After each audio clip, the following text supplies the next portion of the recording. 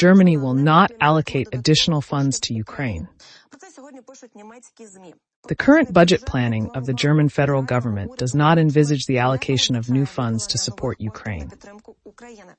The opposition is freezing financial and military support for Kyiv.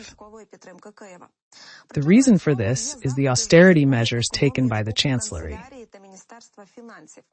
Finance Minister Christian Lindner sent the request to Defense Minister Boris Pistorius on August 5th, and media outlets note that the ban is already in effect, and the situation for Ukraine may also soon worsen, as planned military support is expected to be cut by almost half as early as next year, and then reduced to less than a tenth of the current amount in 2027.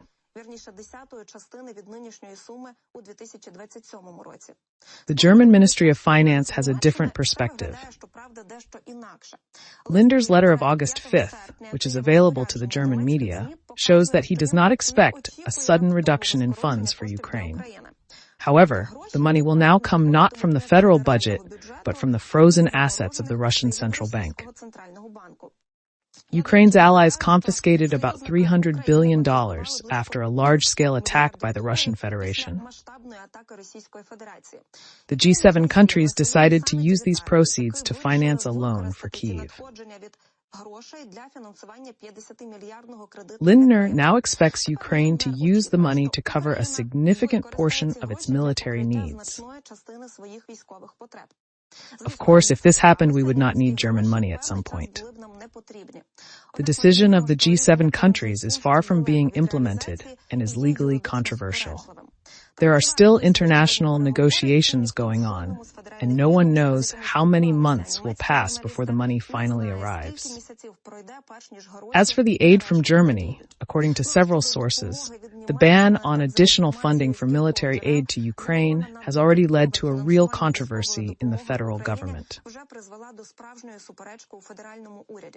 The Chancellery wants to suspend the funding, but the Ministry of Defense, the Ministry of Foreign Affairs, and ultimately the Ministry of Economy disagree. Opinions on the role of the Ministry of Finance. Some say it's on the Chancellor's side, others deny. That they are only pointing out of duty, that there is no more money for new orders. And the day before, it became known that the leaders of the German government coalition had reached a final compromise on the 2025 budget. Both the old and new drafts envisage that military aid to Ukraine will be cut by about half, from 8 to 4 billion euros. The German government was unable to fund the new air defense system that the manufacturer was ready to hand over to Ukraine after Russia's attack on the Okhmet Children's Hospital in July. We will continue to talk about it with a political scientist.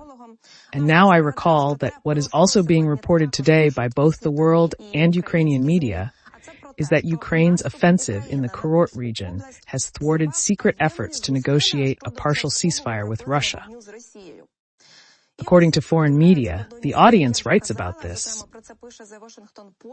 Ukraine and Russia intended to send delegations to Doha this month to negotiate a landmark agreement to end attacks on energy infrastructure on both sides, which would mean a partial ceasefire. Indirect talks were disrupted by Ukraine's unexpected invasion of Russia's Kursk region.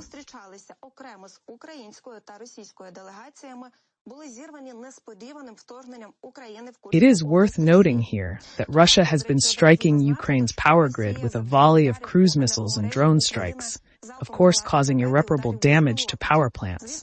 But Ukraine has also struck Russian oil facilities, by the way, with long-range unmanned aerial vehicles that set fire to refineries, storage facilities, and tanks, which reduced oil refining in Moscow by about 15%.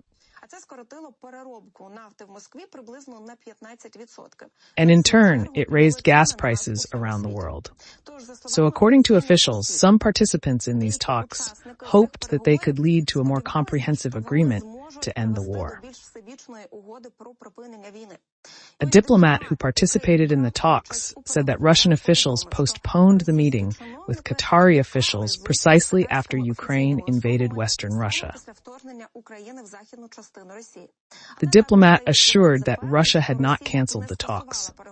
A Russian interlocutor with close ties to the diplomatic community made it clear that Putin would not be in the mood to conclude an agreement after the Kursk offensive.